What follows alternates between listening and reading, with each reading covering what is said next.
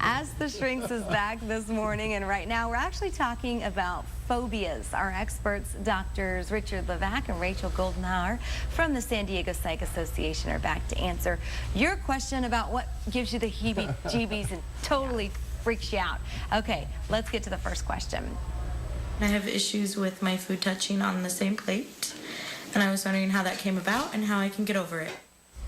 What was that? Food touching on the plate. So I guess the rice mixing with the beans or the meat or whatever, you want everything to be separated. Right. I've heard of that. Did you? Yeah, I have heard, you know, phobias, first of all, are just, you can be afraid of pretty much anything, and that's something just to realize is that it can be the most unusual things, or it can be the common things that we hear about, like fear of spiders or fear of, you know, snakes and, you know, those common things, or you can have more unusual things. It really can be anything. So just recognizing that you can really develop a fear to anything, and knowing that phobias actually are highly treatable. So, so that's the good news. But why don't you go ahead and say more about it? And that fear is a very important emotion because it's survival related. That's what protects us from getting into danger. In fact, children who don't have enough fear are accident prone.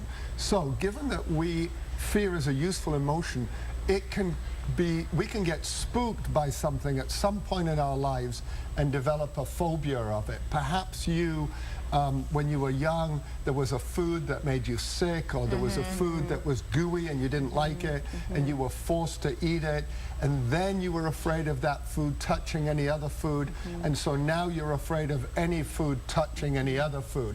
So phobias develop that way. Know that you can fix it.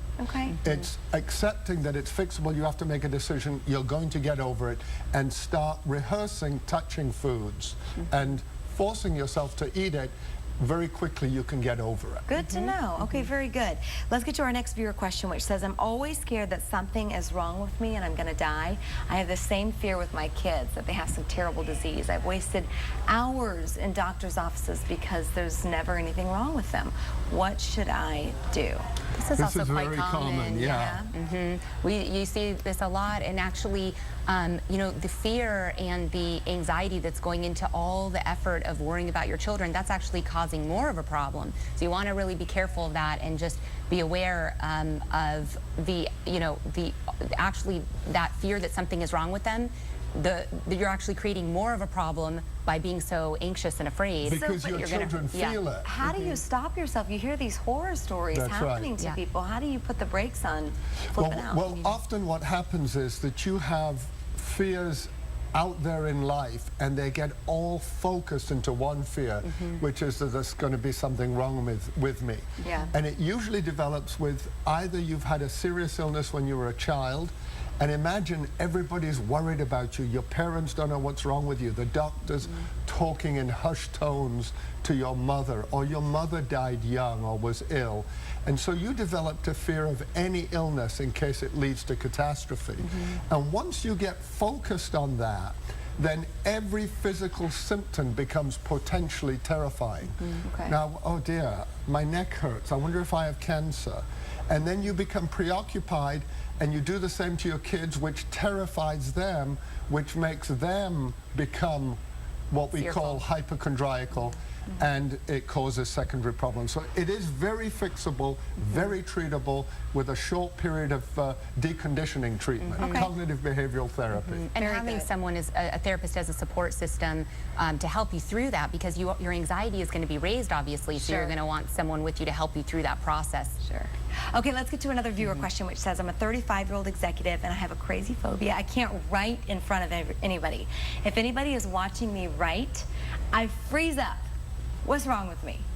Isn't that an interesting... It's very interesting, but it is a real one. We have both seen that. Yes, and it's an icon, it's a symbol for your fear that if you write in front of people, they will see something about you that you think is vulnerable or that they will somehow see that your writing means that you're not as good as you appear.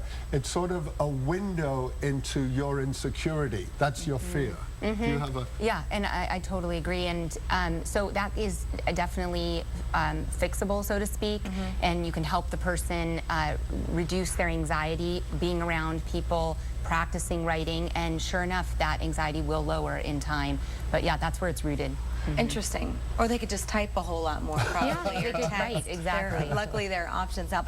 But the most interesting thing to me is the fact that this is all fixable, that It's you can very get treatment fixable for. because That's good. Yeah. because many people have fears and phobias. Many women, of course, the traditional one is they're afraid of rats and mice and spiders, anything that moves fast. Right.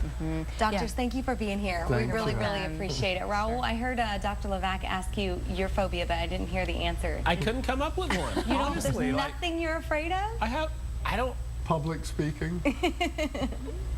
No, I have. See, he noticed something because he knows what he's doing. That what is it that you said? I have a lot of what now? It wasn't phobias. It was. I don't even know how to say it. I have a fear of not knowing what I'm about to say on live television. Good answer.